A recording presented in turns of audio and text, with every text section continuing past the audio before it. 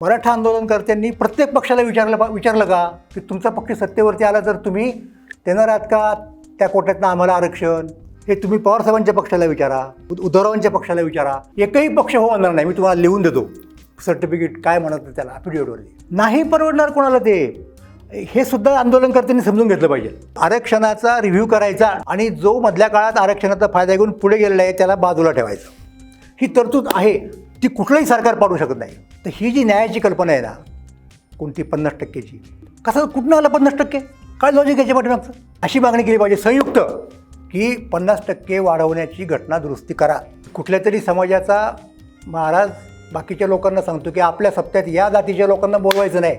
मला प्रचंड धक्का बसला. आपल्याला फुले शाहू आंबेडकरांचा महाराष्ट्र, संतांचा महाराष्ट्र अशा गप्पा मारण्याचा अधिकार आत्ता या घटकेला नाही असं मी समजतो, ज्या पद्धतीने हे सगळं चाललेलं आहे ते.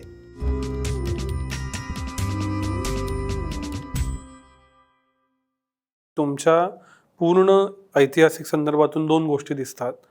एक, मराठी मागास होते वेगवेगळ्या कारणानं, आणि दुसरं, मराठा हे कुणबी होते. समजा ही दोन सत्य आपण आत्ता कंटिन्यू केली तर याचा अर्थ असा होतो की आत्ता मराठ्यांना आरक्षण मिळायला हवं, कारण ते त्या या सगळ्या चौकटीत बसतं.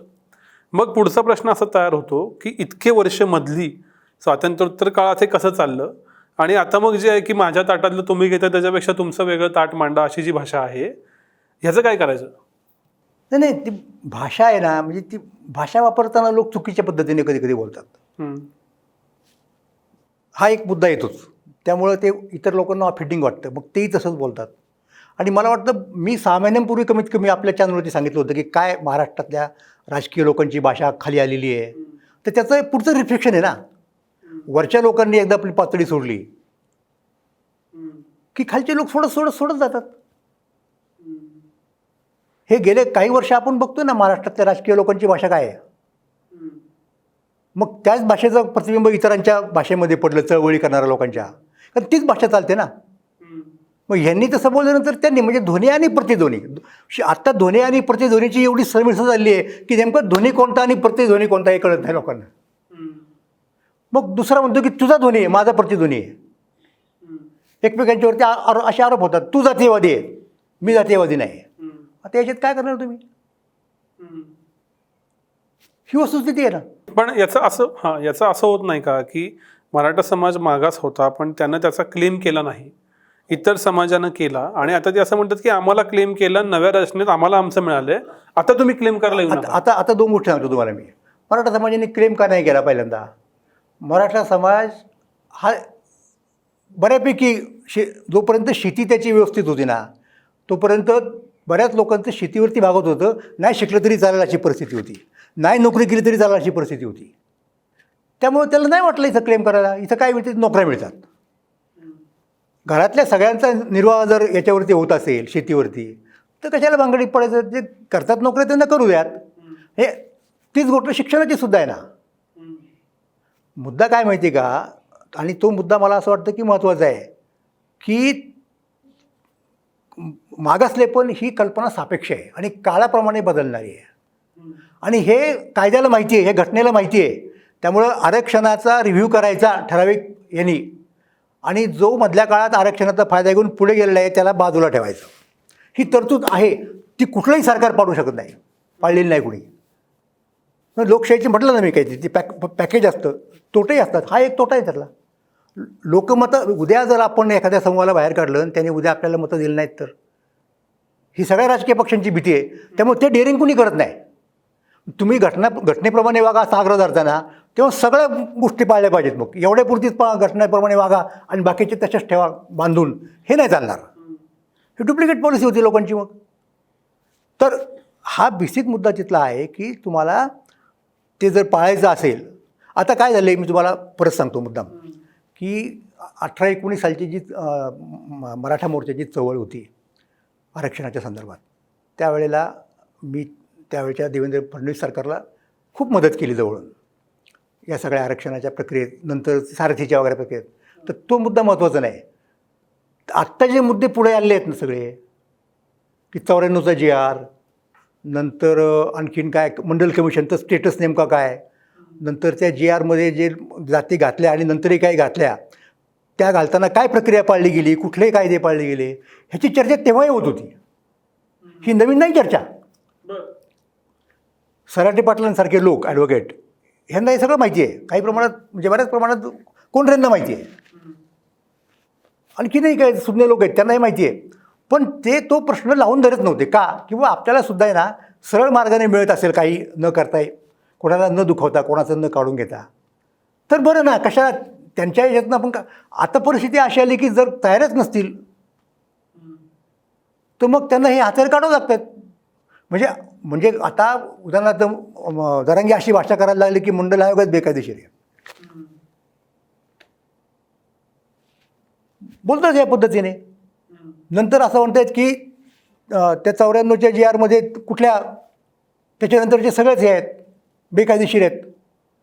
आता हे प्रश्न त्यावेळेला लोकांनी मुद्दाम, म्हणजे काही लोक म्हणत होते पण मुद्दाम यासाठी आणले नाहीत की बाबा हे सामोपचाराने मिटूयात. याही बाबतीत मराठ्यांनी संयम पाळलेला लक्षात घ्या. पण सर असं झालंय का की जोपर्यंत मराठा समाज हा वेगळं आरक्षण मागत होता, ते दिलं पण गेलं, सोशल इकॉनॉमिकली बॅकवर्ड क्लास, किंवा मग 50%च्या वर 10% आर्थिक, आणि त्यातनं बहुतांश मराठा समाजाला त्याचा फायदा, इथंपर्यंत बाकीचा समाज विशेषतः ओबीसी समाजही शांत होता की आपल्यातलं न काढून त्यांना मिळतंय ना तर आम्ही ठीक आहोत. पण जशी ही मागणी चालू झाली की ओबीसी मधूनच आम्हाला आरक्षण पाहिजे, विशेषतः जरांगे पाटील यांनी ती मागितली, तसा मग तो ओबीसी समाज आक्रमक झाला का आणि यातून जातीचं विष वाढलं का? सांगतो. आता कसं आहे की मराठ्यांना सुद्धा काही हौस नव्हती हो कोणाचं हिरावून घ्यायचं वगैरे अशा पद्धतीने, म्हणून त्यांनी ती एक संधी दिली ना. कोणती संधी दिली की 10% काय असतील ते 12% वाटेवर तेव्हा ते धरलं, ते जर तुम्ही स्वतंत्र देत असाल, आणि स्वतंत्र म्हणजे कसं, ते असं कोणाच्या तरी लहरीने डेस्क ऑफिसरनी GR काढला अशा प्रकारचं नाही. लक्षात घ्या, ती प्रक्रिया म्हणजे जी याच्यापूर्वी कधी राबवली गेलेली नव्हती, अधिकृतपणे तो आयोग नेमला, त्याच्याकडनं सर्वे करून घेतला, त्यांनी ते सांगितलं की तो गायकवाडांचा आयोग मागासलेले आहेत, आणि मग त्याला तो चॅलेंज झाला हायकोर्टामध्ये, तिथं ते टिकलं. आता सुप्रीम कोर्टामध्ये आता ते काय लोक त्याच्याबद्दल चर्चा करतात, कारण मी जेव्हा सरकार बदललं आहे तेव्हा मी त्या प्रक्रियेत राहिलो नाही. कोण जबाबदार वगैरे तो वेगळा मुद्दा आहे, त्याच्याबद्दल मला काही माहीत नाही असं समजा गडीवर, मी बोलणार पण नाही. पण सुप्रीम कोर्टाने ते उडवलं. मग लोकांना काय वाटायला लागलं की अरे मग हा खेळ होतो ना, की यांनी दिल्यासारखं करायचं, कोणीतरी कोर्टात जायचं आणि वरच्या कोर्टाने ते उडून लावायचं, आणि त्याला पाठबळ कुठे मिळालं, आत्ता बिहारच्या निकालामुळं पाठबळ मिळालं की अरे हे टिकत नाही. मग आता करायचं काय, दिली ना संधी, एकदा तर दिली सरळ सरळ, दुसऱ्यांदा पण दिलेली आहे आत्ता, पण ती नको म्हणतात हे लोक. का म्हणतात, कारण त्यांना भीती वाटते की ते मग एकदा तिथं नाही म्हटलं तर परत सगळी आंदोलनाची प्रक्रिया राबवायची. हे कसं काय करा, हे त्याच्या पाठीमागचं कारण आहे. आणि आता सगळ्यात शेवटचा मुद्दा म्हणजे तो असा आहे की मग या परिस्थितीत तुम्ही काय करणार. पहिलं माझं विधान काय आहे का की मराठे खरोखर मागासलेले आहेत, मग त्यांना मागासलेपणाचे फायदे दिले पाहिजेत. दुसरा मुद्दा, आणि ते देताना ज्यांना अगोदर आहेत मिळालेले, मग ते वैध असतील किंवा अवैध असतील, त्या भानगडीत जर पडलं तर सगळ्यांचेच प्रॉब्लेम्स होतील. अहो एवढं सोपं नाही आहे ते, आणि परत वेळ पण जाणारा मुद्दा येतो, खाणारा मुद्दा येतो. मग ते जर समजा आपण देऊ शकलो म्हणजे त्यांचं त्यांच्याकडे राहू द्यात, पण ॲट दी सेम टाईम यांना मिळालं पाहिजे. पण ते या पद्धतीने दुसरा एक वर्ग तयार करून 50%च्या बाहेर, तर तिथे मेख हे खरी. तर ही जी न्यायाची कल्पना आहे ना कोणती 50%ची, ती स्टॅटिस्टिकल मॅथमॅटिकल जस्टिस आहे, तो वास्तविक जस्टिस नाही आहे. कसं कुठनं आलं 50%, काय लॉजिक याच्या पाठीमागचं. तुमच्या समाजामधल्या लोकांच्यापैकी या इतक्या जर लोकांना 60% लोकांना मागासलेपणाचे निकष लावून मागास ठरत असतील तर त्यातले तुम्ही 50च घेणार. हे कसं काय, हे तर्कदुष्ट आहे केवळ. दिस इज नॉट अ जस्टिस, हा न्याय नव्हे. म्हणजे आय फेल टू अंडरस्टँड हा कसं काय नाही होऊ शकतो. 50%ला काय मला हे खरंच समजत नाही कसं काय. भागाकाराने सुटतो का प्रश्न हा. म्हणजे साधा मुद्दा आहे तुम्हाला सांगतो. तुमच्याकडे रेल्वेचं तिकीट आहे, माझ्याकडे रेल्वेचं तिकीट आहे. दोन्ही तिकीटं वैध आहेत, तीच किंमत देऊन खरेदी केलेली आहे, एकाच ठिकाणावरून केलेली आहेत, रिझर्वेशन आहे. आणि डब्यातली संख्या भरली म्हणून दरवाजे बंद केले. काही लोक तिकीट असलेले बाहेर राहिले. त्यांच्याकडे तिकीट आहे, त्याचं काय करणार तुम्ही. 50% म्हणजे गाडीची संख्या भरली.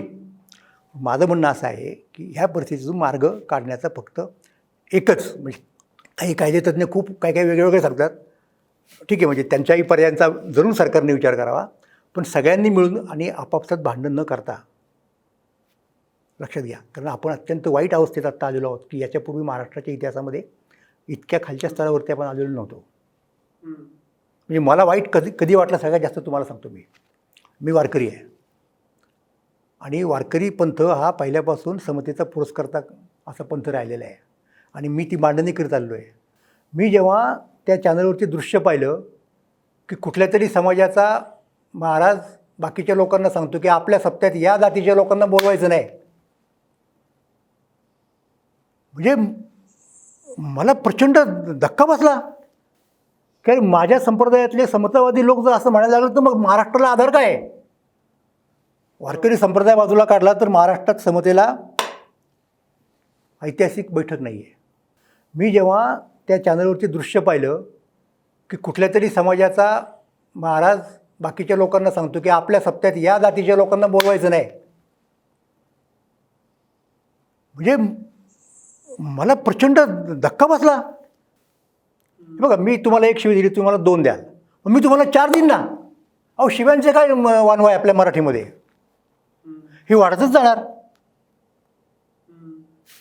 हे नाही चालणार. अहो, आपल्याला फुले शाहू आंबेडकरांचा महाराष्ट्र, संतांचा महाराष्ट्र अशा गप्पा मारण्याचा अधिकार आत्ता या घटकेला नाही असं मी समजतो, ज्या पद्धतीने हे सगळं चाललेलं आहे ते.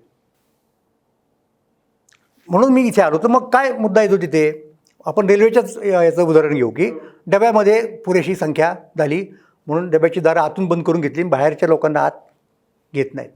माझं असं म्हणणं आहे की डब्यांची संख्या वाढवा. थोडक्यात असं म्हणायचं, ते 50% सो कॉल्ड जे आहेत ते तुम्हाला या लोकांना अकोमोडेट करण्यासाठी, आणि ते सुद्धा शांततेच्या मार्गाने, त्यांच्यात मारामाऱ्या होऊन न देता, हे कोणालाही परवडणार नाही. लक्षात घ्या, महाराष्ट्राचं अनुकरण बाकीचे प्रांत करतील आता. तिथे पण अशा लोकांचे प्रश्न आहेत ना, शेतकरी जातींचे इन पर्टिक्युलर, की ज्या एकेकाळी असतील कदाचित वर्चस्वशाली, आत्ता त्यांचं ते राहिलेलं नाही.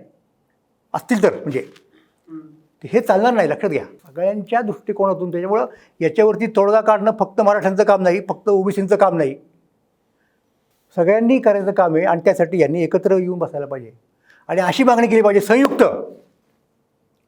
की 50% वाढवण्याची घटना दुरुस्ती करा, तर हा प्रश्न सुटू शकतो, नाही तर नाही सुटणार.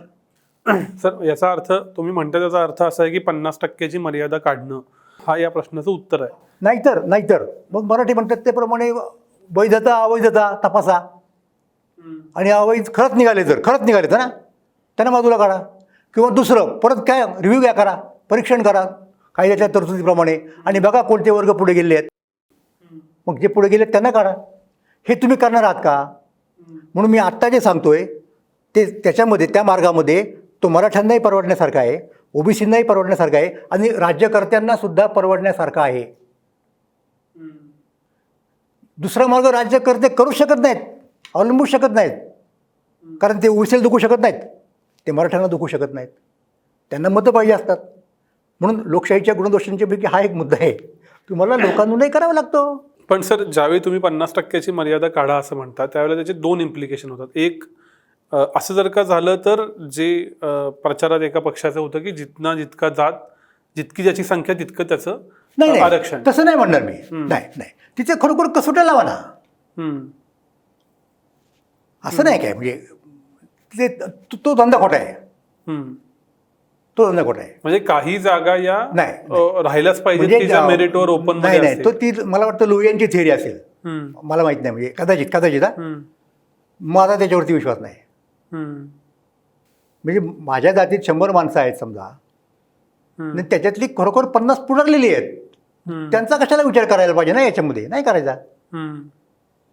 म्हणजे थोडक्यात ही मर्यादा 60, 70, 75 नाही, आणि उरलेले जे काही Whatever. 25-30% असतील जे कॅल्क्युलेशन नुसार आणि त्यांनी त्याच्यात merit दुसरा साठी महत्त्वाचा मुद्दा, तो अधिक महत्त्वाचा मानतो मी. हा प्रश्न दिवसेंदिवस अधिक भीषण होत जाणार आहे. त्याच्यावरचा सगळ्यात उत्तम मार्ग लॉंग टर्म आहे. तुम्हाला शेतीचा विचार गंभीरपणाने करायला पाहिजे. तिथं सगळी गोम आहे. म्हणून मी अनेक वेळा म्हणतो की प्रश्न हा जातीचा नाही, हा मातीचा आहे. आणि माती आणि जाती यांच्यात फार घट्ट नातं आहे. तो अभंग आहे तुकोबांचा, तुका म्हणे अस्सल जातीसाठी खाती माती. ती अर्थात जात पंचायतीची गोष्ट आहे. माती खायची म्हणजे काय, शपथ घ्यायची, असं ते होतं पूर्वीच्या काळात. ते लोकांना माहीत नाही, म्हणजे माती खाणं म्हणजे जातीसाठी काय असतं ते. जात पंचायतीमध्ये माती खाणं म्हणजे शपथ घेण्यासारखा असतो प्रकार.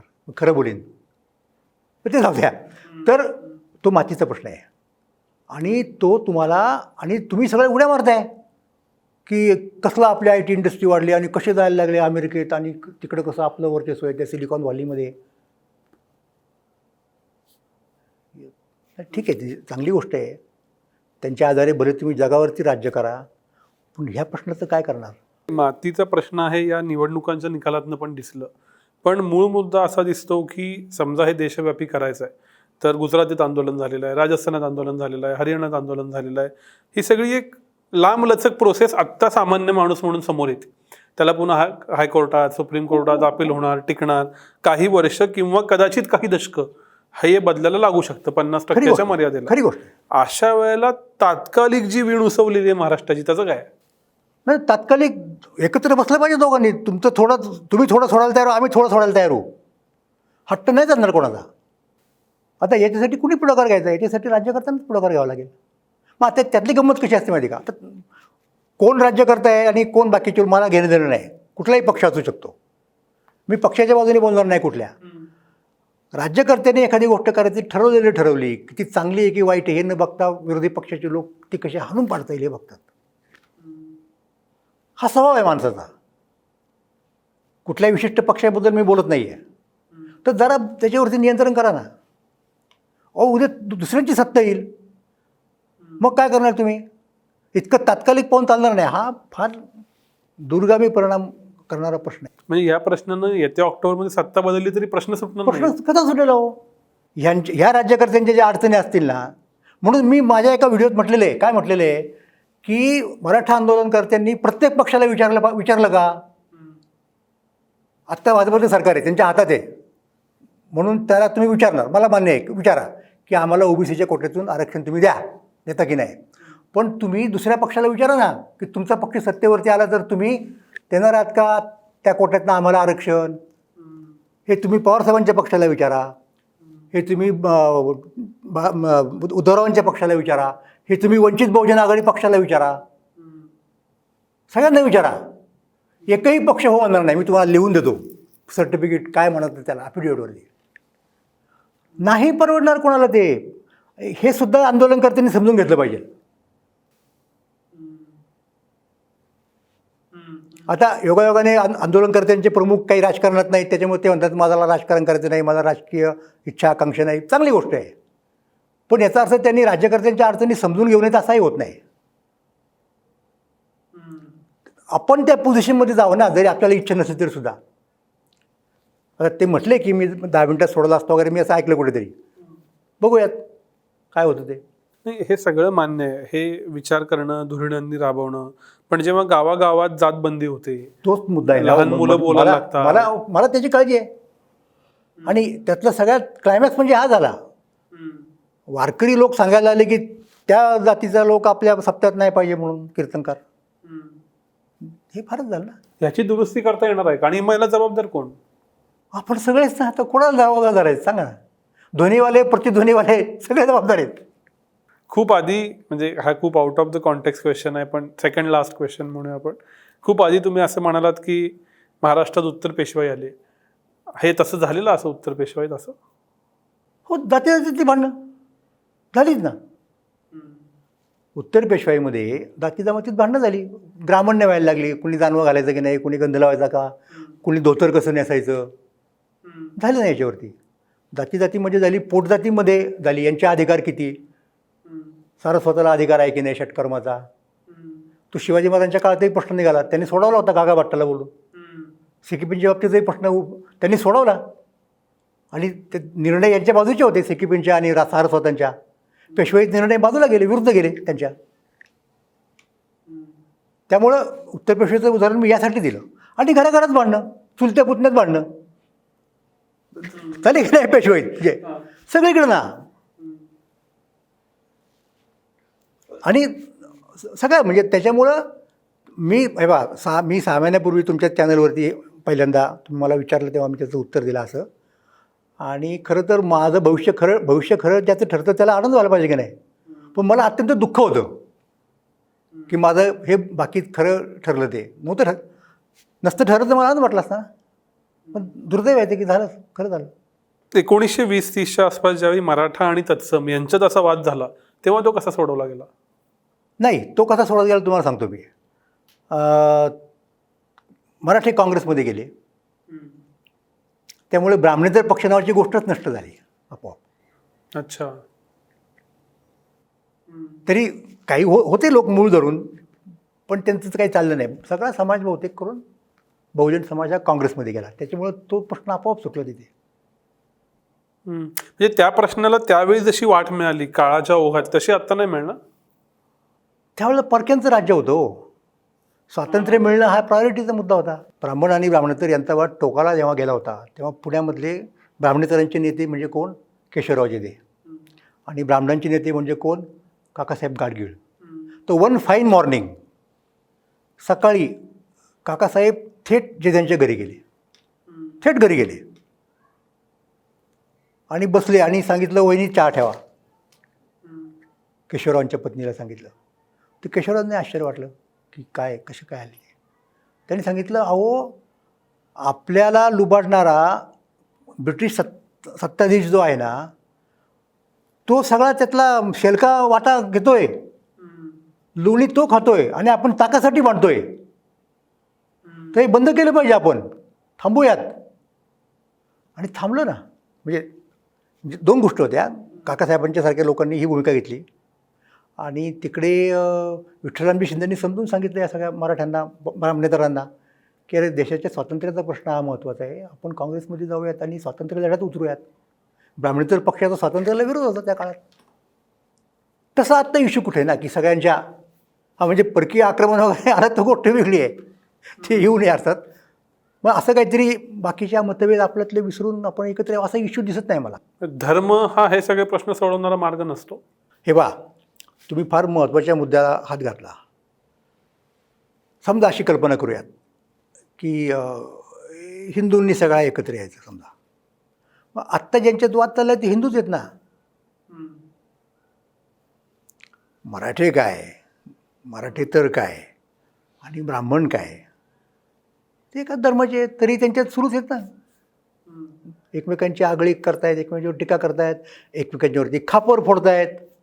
इतिहास काळात जे काय घडलं ते आमच्यामुळे नाही झालं, त्यांच्यामुळे झालं असं म्हणतायत. ह्याला कुठेतरी पूर्णविराम मिळाला पाहिजे. म्हणजे जग कुठे चाललं आहे, आपण कुठे आहोत.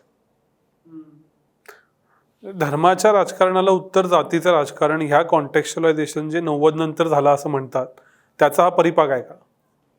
नाही, त्याचा परिपाक नाही, त्याचा नाही. हे इंडिपेंडेंट फेनॉमेनन आहे. तो वेगळा होता, हा वेगळा आहे. म्हणजे कनेक्शन त्याच्यात नाही अशातला भाग नाही. पण ह्याला आत्ता स्वतंत्र एक हे आहे. म्हणजे तो कदाचित काय प्रवृत्त करून झाला असेल. इथे तसे प्रश्न आहेत आत्ता, कदाचित ते 90मध्ये नसतील. आणि हे बा, नंतरच्या काळात सगळ्या जागतिकीकरण वगैरे गोष्टी घडल्या ना सगळ्या. हां, त्याच्यामुळं त्याच्यात फरक आहे.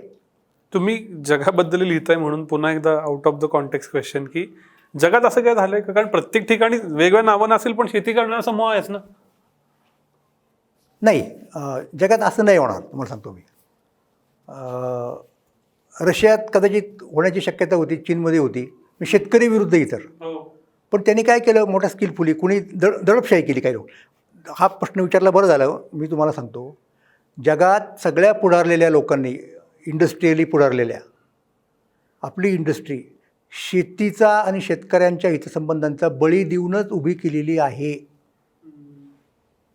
त्याशिवाय इंडस्ट्री होऊच शकत नाही पुढे, मी तुम्हाला सांगतो. हो, संपूर्ण इंडस्ट्रियल रिव्होल्युशन बघा सगळे. अर्थात पुढे काय झालं की शेतकऱ्यांना नको होती, त्यांनी बंडबिंड केली, छोटी मोठी. पण नंतर ती इंडस्ट्री त्यांनी एवढी वाढवली, पहा बरं का, की कॉलोनियल सगळं झालं ना पुढे. बाहेरच्या देशात जाऊन त्यांनी राज्य केलं, तिकडच्या लोकांना लुबाडून इथे आणलं आणि त्यांना हे करून टाकलं, खुश करून टाकलं. त्यामुळे त्यांना बंड करण्याची गरज नाही भासली. तसं आता आपण कोणाला करणार? म्हणजे जे एक प्रकारे पेशवाई ते झालेलं की एक्सपान्शन होत होतं आणि त्यांना करेक्ट. त्याच्यामुळे त्यांच्यावरच्या शेतकऱ्यांचा अन्याय खपून गेला, कारण त्याची भरपाई त्यांनी अशी केली. सुरुवातीला इंडस्ट्री जेव्हा आली ना, इंग्लंडमध्ये प्रॉब्लेम झाले सगळे. ते सगळे शेतकऱ्यांचे एन्क्लोजर वगैरे म्हणतात, ते काढून घेतले कायदेबिदे करून उद्योग करणाऱ्या लोकांनी. पण पुढे त्याचं रूपांतर वसाहतवादात झालं आणि मग बाहेरचा अमाप पैसा यायला लागला. मग शेतकऱ्यांना काय प्रॉब्लेम आहे? असं आहे. म्हणजे त्या काळची परिस्थिती वेगळी असते. म्हणजे आत्ताच्या काळात ज्यांना संधी मिळते ते शहरात येणं, ग्रामीण भागातून शहरातले सर्व समाजातले लोक परदेशात जाणं, हे त्या मेकॅनिझमचंच प्रतिध्वनी आहे का? पण त्या लोकांचे हे जे आता मराठवाड्यातले जे लोक तुम्हाला सांगितले, काही थोडे लोक जर सोडले ना, आहेत तिथेही परदेशात जाणारे वगैरे लोक नाही, पुण्यात येणारे, मुंबईत येणारे आणि परदेशात सुद्धा जाणारे, पण त्यांची संख्या फार कमी आहे. फार अत्यल्प आहे ते. सिलिकॉन व्हॅलीचं तुम्ही जरी घेतलं आत्ता, काय त्याला म्हणूयात आपण, सॅम्पल सर्वे केला, तर मराठवाड्यातले लोक फार थोडे असणार नाही. सर, शेवटचा प्रश्न ह्या सगळ्यात कॉम्प्लेक्स. म्हणून मी फक्त एकच वाक्य आधी म्हणेन की या प्रश्नाकडे तुम्ही मराठ्यांचा प्रश्न, ओबीसींचा प्रश्न असं पाहू नका. हा माणसांचा प्रश्न आहे म्हणून पहा. तोच शेवटचा मुद्दा होता किंवा प्रश्न होता की अवघड आहे तर सगळ्यांना माहिती आहे. तुम्ही या सगळ्या प्रश्नात राहिलेला आहात, अभ्यास करत आलेला आहात, इतिहास बघितलेला आहात. Short term, medium term, long term काय काय एक स्टेप्स दिसतात? शॉर्ट टर्म म्हणजे पहिल्यांदा हे सगळं थांबवायचं जे चाललं आहे आत्ता, आणि ते कोणाकडे तरी सोपवायचं. एक समिती स्थापन करा, त्याच्यात यांचे प्रतिनिधी असतील, त्यांचे प्रतिनिधी असतील, घटनातज्ञ असतील, अभ्यासक असतील. हे तुम्हाला करायला लागेल. आणि त्यांचा निर्णय येईपर्यंत जैसे थे राहील परिस्थिती. आणखीन 4-6 महिने गेल्याने काय आवाळ कोणावरती कोसळणार नाही. त्यांना नेमका अभ्यास करू द्यात की खरंच कोणाच्या म्हणण्यात, आता हे प्रचार म्हणून सगळे लोक काही सांगत असतो, आता युक्ती करून सांगतात, ते कितपत खरं आहे. आणि असे निपक्ष लोक तुम्हाला मिळतील, म्हणजे नक्कीच मिळतील, की जातीच्या पलीकडे पाहणारे. म्हणजे तुम्हाला आता त्यातली गंमत आहे, जाती आपल्याकडे काय झालं नाही का, की एका जातीचा दुसऱ्या जातीवरती विश्वास नसतो. म्हणजे समजा मी असं म्हणालो की मराठी बाजूला ठेवा, ओबीसी बाजूला ठेवा, आणि यांच्यापेक्षा तिसऱ्या कोणाला तरी, लोक म्हणतील त्याच्यावरती आमचा विश्वास नाही. असं होईल ना. तर हे किती दिवस चालणार ना असं? तुम्हाला कोणाला तरी विश्वास ठेवायला लागेल. तर हा ताबडतोबीचा उपाय मी तुम्हाला सांगतो. तो कोणता? पहिल्यांदा की चळवळी, भांडणं, मारामाऱ्या, शिवीगाळी, आरोप प्रत्यारोप, हेत्वारोप थांबवायचे. सगळ्यांचं प्रतिनिधित्व करतील हितसंबंधी लोकांचा ते, आणि त्यांच्यामध्ये मी म्हणालो त्याप्रमाणे तज्ज्ञ. मग त्याच्यामध्ये अर्थात कायद्याचे निश्चितपणे आले, समाजशास्त्रज्ञ आले, इतिहासकार आले. अशांची तुम्ही एक समिती स्थापन करा, त्यांच्याकडनं येऊ द्याल. हा एक भाग. म्हणजे खरं कोण किती आहे. आता काही लोक काय म्हणणार, एकदम जातनीय जनगणना वगैरे ते करू नये असं मी म्हणणार नाही, पण ती फार वेळ खाणारी प्रक्रिया आहे. त्याच्यातनं काय निष्पन्न होईल कोणी सांगता येत नाही, आणि यातून भलतंच काहीतरी होऊ शकतं. मग काय करणार, ते तुम्हाला मान्य होईल का? तुम्ही ज्या कॉन्फिडेंटली सांगताय, उदाहरणार्थ कुणी पण हे किंवा ते, की आमची जात बहुसंख्य आहे आणि ते याच्यात निघेल कशात, जात नियोजन. जात गणनेमध्ये, आणि उद्या जर ती कमी निघाली तर तुम्ही स्वीकारणार आहात ते? तुम्ही नाही स्वीकारणार, मी तुम्हाला सांगतो. तुम्ही म्हणणार ते खोटेच EVM झालं किंवा काहीतरी झालं असं नाव. मी तुम्हाला ते सांगतो ना की तुम्ही हे दिस मस्ट बी स्टॉप्ड. हो, तर तो पहिला मुद्दा आहे. आणि दुसरा मुद्दा, मधल्या काळात 50% तुम्हाला मर्यादा वाढवावा लागणार, नाही तर अख्ख्या देशात यादवी युद्ध होणार आहे. Can't help it. कोणाला कुठं थोपवणार तुम्ही? दंडशक्ती कुठे कुठे वापरणार सांगा तुम्ही? आणि लोकशाहीत ते परवडणार आहे का? परत तो मुद्दा आलाच. मी प्रॅक्टिकल बोलतोय. सर तुमचे खूप खूप आभार. खूप जटिल मुद्दा आहे आणि त्याच्यावर तुम्हीच बोलू शकतात. त्यानिमित्तानं प्रॅक्टिकल सोल्युशन्स आणि इतिहास दोन्ही कळाला. या विषयावर परत बोलायला लागावं का मला लागू वाटतं नये? की नाही बोलायची पाहिजे. असं मला नाही आवडत अहो. अर्थात हे काय आनंदाने करतो अशातला भाग नाही. वेगवेगळ्या विषयांवर बोलत म्हणजे राहू. आता इव्हन मी जे बोललो होतं माझ्यावरती हेतुआरोप करणारे लोक सापडतील. हो. म्हणजे मी जरी किती, हे बा, कायद्याची एक गोष्ट आहे की आपण जेव्हा इक्विटी मागतो तेव्हा इक्विटी मागणाऱ्या माणसाचे हात स्वच्छ पाहिजेत, क्लीन हँड गेलं पाहिजे, असे कायद्याचं सूत्र आहे. पण लोकांना नाही पटणार का एखाद्याचे हात क्लीन आहेत म्हणून? काहीतरी होणार. त्यामुळं वेगवेगळ्या विषयांवर जी, परत जी. परत बोलत राहू. पुन्हा इथंच थांबूया. धन्यवाद. धन्यवाद. धन्यवाद.